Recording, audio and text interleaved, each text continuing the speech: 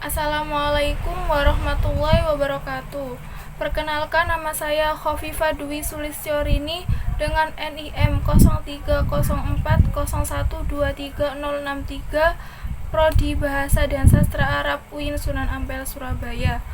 Di sini saya akan membahas materi tentang ragam bahasa, yakni ragam formal dan ragam non-formal. Bab 1. Pendahuluan. Komunikasi adalah bentuk kegiatan yang dilakukan dengan menggunakan bahasa antara komunikan, orang yang menyampaikan pesan, dan komunikator, orang yang mendengarkan pesan. Ragam bahasa adalah variasi bahasa yang digunakan oleh pemakainya, antara lain: yang pertama, menurut topik yang dibicarakan; yang kedua, menurut hubungan pembicara; yang ketiga, kawan bicara; yang keempat, orang yang dibicarakan; yang kelima, menurut medium pembicara.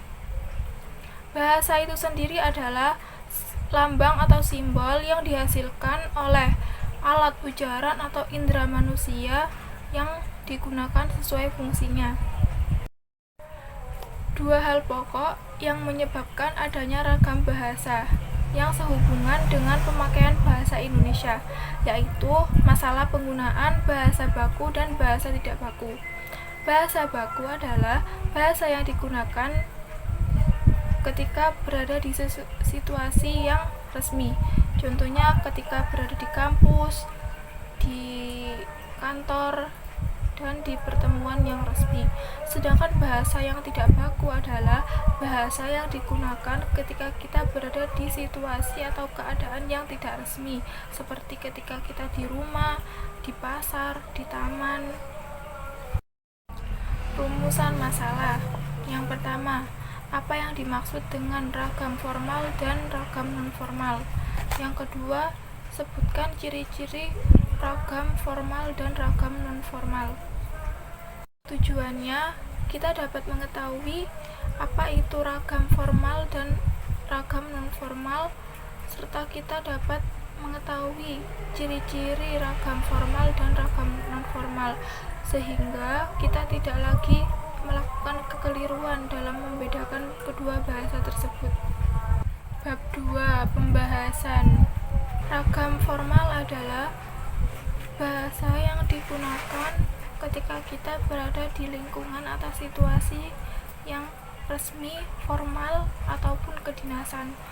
Ragam formal dibagi menjadi dua, yaitu ragam formal lisan dan ragam formal tulis. Apa sih perbedaan ragam formal lisan dan ragam formal tulis? Yang pertama, ragam lisan itu membutuhkan lawan bicara untuk diajak bicara, sedangkan ragam tulisan tidak membutuhkan lawan bicara.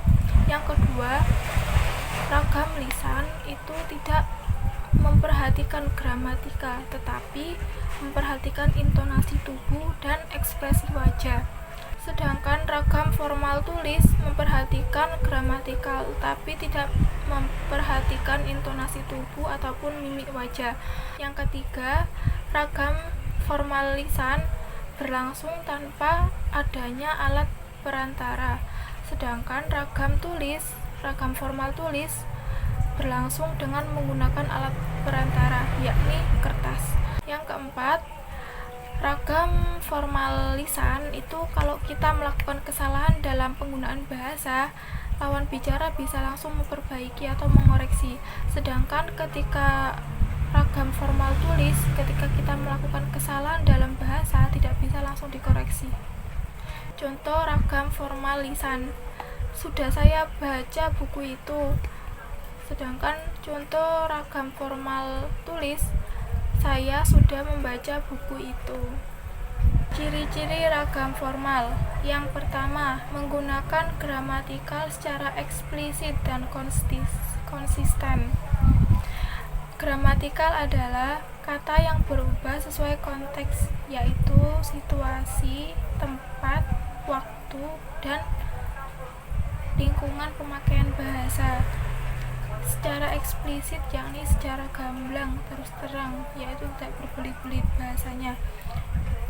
Terus konsisten, yaitu tidak berubah-ubah, harus sama semua. Yang kedua, menggunakan imbuhan secara lengkap. Yang ketiga, menggunakan kata ganti resmi. Contoh kata ganti resmi yaitu saya, kamu, dia, mereka. Yang keempat, menggunakan bahasa baku. Contoh bahasa tidak baku yaitu aktif, belakangnya P. Terus bahasa bakunya itu aktif, belakangnya V. Terus yang kelima, menggunakan ejaan yang disempurnakan. Contohnya kata cara. Ejaan yang tidak disempurnakan yaitu bukan C tapi TJ, tetapi dalam pelafalannya itu sama, hanya saja beda penulisan. Yang terakhir yaitu tidak boleh ada unsur kedaerahan, maksudnya tidak boleh ada penggunaan bahasa daerah, yakni harus bahasa Indonesia keseluruhannya. Selanjutnya saya akan membahas tentang ragam nonformal.